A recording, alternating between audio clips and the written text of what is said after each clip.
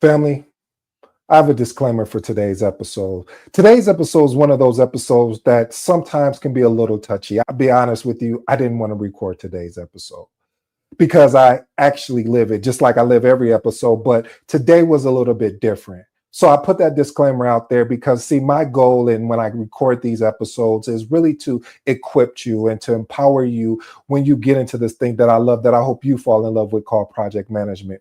Let's get into it. What if the person hired to onboard you actually wanted your job? What would you do? You mind if I share a short story with you? It all started with a project that I led. You see, I was in the operation department, partnered with another department manager in finance. The department manager was the textbook definition of what I call empowered leadership. Resources appeared on request. Meetings were more collaborative, and we wrapped the project up early, under budget, and within scope. A few weeks later, the department manager of the project we just completed sent me a cryptic one-on-one meeting invite entitled Thoughts? When I arrived at the meeting, he pulled up a PowerPoint slide deck to show me the brand new PM role he created for the finance department and wanted my feedback. I outlined what success would look like, but the conversation ended with, "Edward, if you're interested, you should apply." I hesitated. I was comfortable in operation, but the chance to work for someone who actually walked the talk was too good to ignore. So I interviewed for the opportunity and I got the job. Enter into the picture my onboarding buddy. We started to go through the current project in progress. And when I asked, "Why do we run this report manually?" I wasn't asking it to be rude, but I was curious. You see, family, as a project manager, you must always remain curious. Okay, let's get back to the story. My onboarding buddy said to me, "That's how we've always done it." Now, it wasn't what was said, but how my onboarding buddy said it to me. The vibe felt a little less welcoming aboard and more secret society for spreadsheet enthusiasts. I wanted to let it go because I thought maybe I was overthinking the situation. Unfortunately, I wasn't.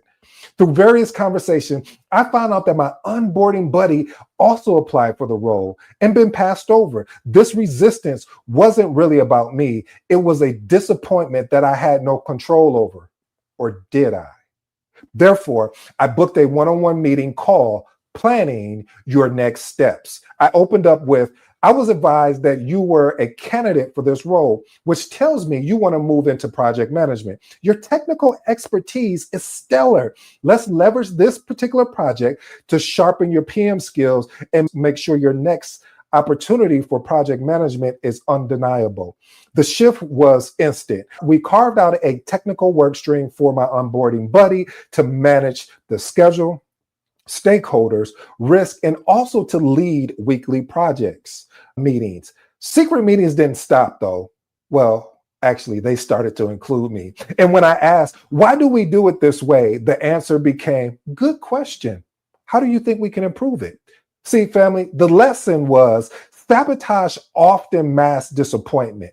Address it early, stay professional, and you might turn your biggest critic into your strongest ally while keeping the project and everyone else's career goals on track. Point number one, professional integrity and sabotage prevention.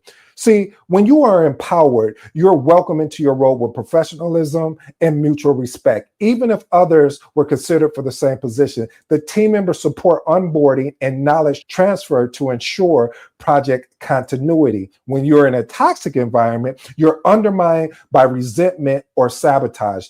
This is important, family, because sabotage, whether subtle or direct, poisons trust and destabilizes your leadership early. If left undressed, it sets a tone that others may follow and can destroy the project morale, clarity, and most of all, the team cohesiveness. Experiment with these actionable tips. Acknowledge, don't escalate yet. Document behaviors and patterns, avoid emotional reactions, respond with professionalism and observation. Your resistance shows leadership. Next one, clarify roles with leadership support. Request an onboarding check-in with your sponsor or PMO lead to lead publicly and to assure your authority and reinforce collaboration expectations. And the last and final one, reset expectations.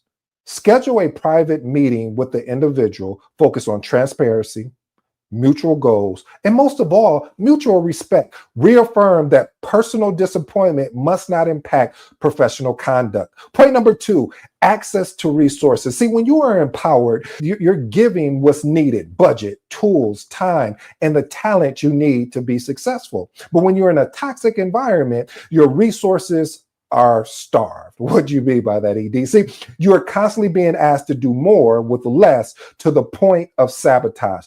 Deadlines remain, but headcounts drop. Tools are outdated, and the goalpost continues to move and move. Why is this important? Resource gaps don't just delay timelines, they create a morale issue, burnout, and it impacts the reputation to the entire project, even including yourself. Experiment with these actionable tips. Build a business case. Link resource and needs to business impact, missed deadlines, and lost revenue, as well as the increased risk. Next one, evaluate, or I should say, elevate it as a risk.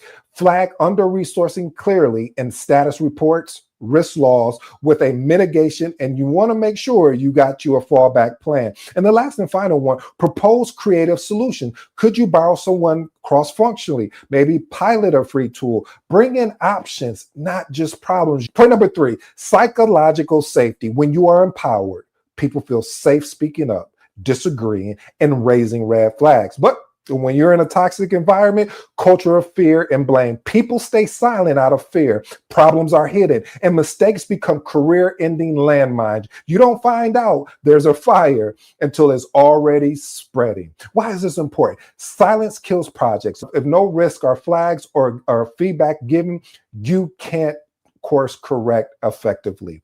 Experiment with these actionable tips. Lead by example. Own your mistakes publicly. Show that accountability. It isn't punishment, it is progress. Next one. Run blameless reviews. Postmortems should focus on systems, not individuals. Remove the who and focus on the why. Invite quiet voices. Ask for input from the team members who rarely speak up. Open the door and then hold it open. Point number 4, supportive leadership. When you are empowered, leadership sets the vision, removes the barriers, and they back you when you have to make tough calls. When you're in a toxic environment, though, absent or undermining leadership. See, leaders either vanish when issues arise, or they sabotage the projects behind the scenes to protect their turf. You're left isolated in a political minefield. This is important because senior support is often the deciding factor, especially in a cross-functional success. No air cover equals stalled progress. See, when you don't have protection as far as having the leadership support, you will have continuously stalled progress. Experiment with these actionable tips. Proactively manage up. Share weekly updates that are short, sharp, and action-driven. Next one, ask for tactical help. Can you help remove this specific blocker by the end of the week? Give them a job to do. And the last and final one, tie your project to their success. Know your sponsor's metrics. Frame your work as enabling their goal. Point number 5, collaborative team culture. When you are empowered, people share knowledge, support each other, and care about the collective success. Now, when you're in a toxic environment, you have silos, you have infighting. See, teams hoard information, undermining each other, or they do what I call the blame shift. Collaboration dies in favor of, hey, I need to cover myself. This is important because projects thrive when teams move in sync, and dissension adds friction that no amount of technical excellence can overcome. Experiment with these actionable tips. Build a team charter. Align early on how the team works together, what the values are, what the communication rules are, and how are we going to handle conflict. Next one, celebrate collective win. Publicly thank the team for their shared milestones. Focus on we, not I. And the last and final one, tackle tension quickly. Don't wait. Address conflict early with curiosity and a problem-solving lens. As we talk about, we want to focus on the root, not the surface. The root is going to be our driver in getting to the surface, but we must start with the root. Point number 6, set realistic expectations. Again, set realistic expectations. When you're empowered, deadlines and scopes are grounded in reality, not fantasy. Their respect for the team capacity and constraints. When you're in a toxic environment, constant crisis and burnout, always on fire, urgent becomes normal. Unrealistic expectations are rewarded. Delivering well isn't a standard, it's actually you're surviving. This is important because projects delivered under duress often create long-term failures. You have technical debt, you have poor adoption, as well as an exhausted team. So experiment with these actionable tips. Use change control, enforce scope governance, make every change request visible and accountable. Next one, present data-driven estimates. Use past velocity, capacity, or expert inputs to show what's actually feasible. And the last and final one, force prioritization. When everything is priority number one, nothing is. Make leadership rank what their ask is. Point number 7, focus on growth. When you're empowered, learning is encouraged. You're offered stretch roles, mentorship, and the space to develop. But when you're in a toxic environment, you got stagnation and punishment. What do you mean punishment? See, mistakes are punished. They're not reviewed. There's no room to grow, no feedback, no future. It's either do your job or stay quiet, or you can do both.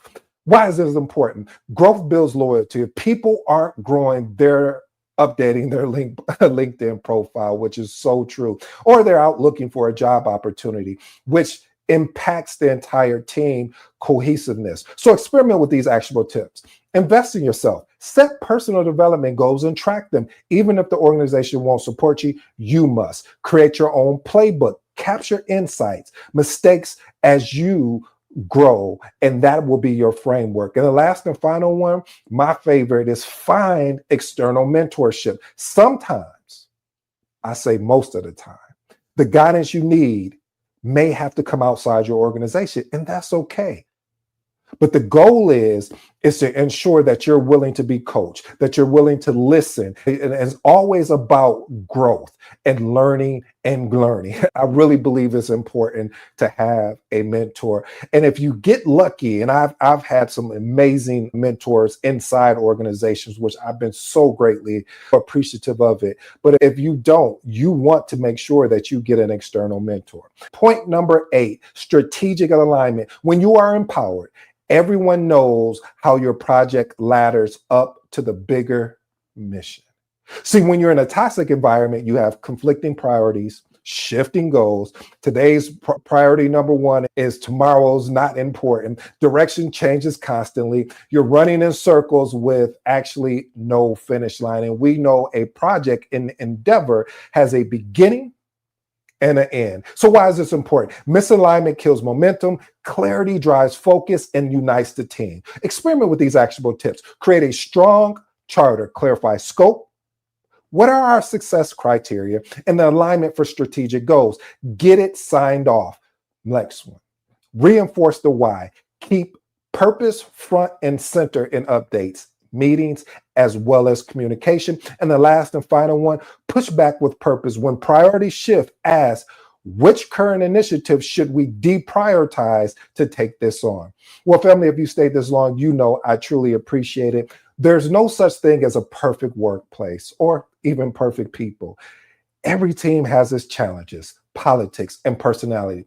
But as a project manager, you are in a unique position to influence the culture, guide behavior, and actually set the tone. Yes, some environments will test your patience. I know that in and out. But the real question is, will you focus on the problem or will you step up to shape the solution? Family, as I close, I challenge you on the following.